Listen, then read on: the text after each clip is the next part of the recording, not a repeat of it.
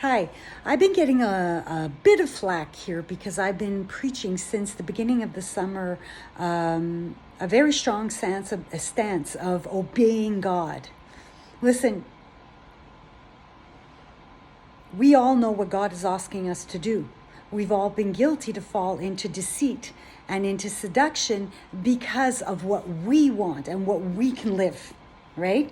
We don't fall into deceit and seduction out of ignorance.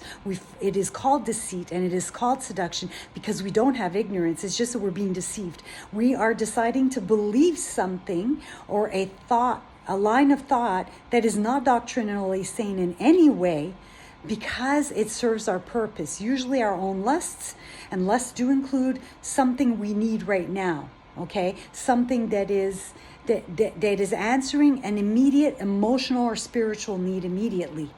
You know what?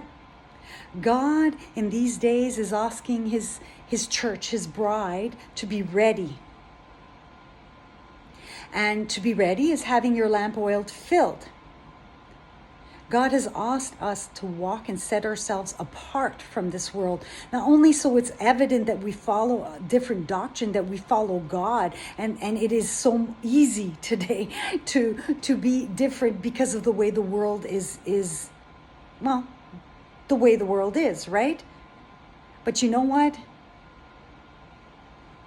Jesus didn't die on that cross to excuse your excuses for sinning. He died on the cross so that when you repent, that sin is no longer seen. It blots it out.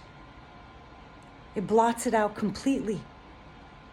You see, that's the difference, is that Jesus died to forgive the repentant sinner, not the person who continues sinning. Go see Hebrews 6:4-7. There's a warning in all the Bible, New Testament. God has asked you to walk a certain way. And when you walk outside of that and make excuses for that walk to be different and that it's acceptable, that is where you are in disobedience. No longer in sin, you're in disobedience. You know how you're supposed to walk. You know where you have excuses. And God is waiting for you to do the right thing. He's coming back and you want to go home. Assure your place. Your lamp oil has to be filled. You have to be ready. Not sinless, just in obedience. Just doing what you know God expects of you. The rest Jesus died for. And then you know what? The day you decide to say to God, I'm going to do this. I'm going to do what you asked me to do. You know what's going to happen? He'll probably give you the strength. And he'll walk with you. And he'll encourage you. And you will feel that inside of you. And you will walk just by the goodness of God through and in and beyond what you can expect of yourself. But if you never gave God a chance in your circumstances and you just changed your circumstances by your own force and landing up in sin and disobedience and making excuses to be where you are, you haven't obeyed God. You flagrantly disobeyed him.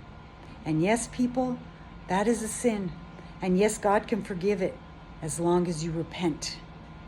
That means you stop, you change, 180. Get ready. Jesus is coming very soon. And most of us are not expecting him the day he's coming. Trust me. We are going to double take like everybody else.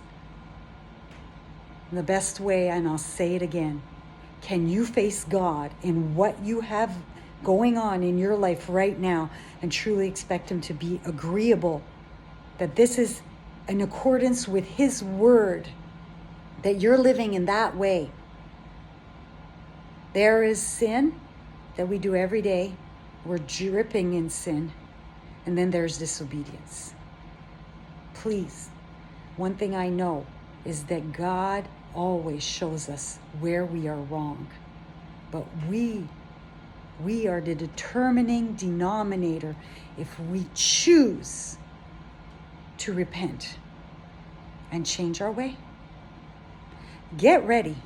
Jesus is coming for his bride who's waiting for him. God bless you.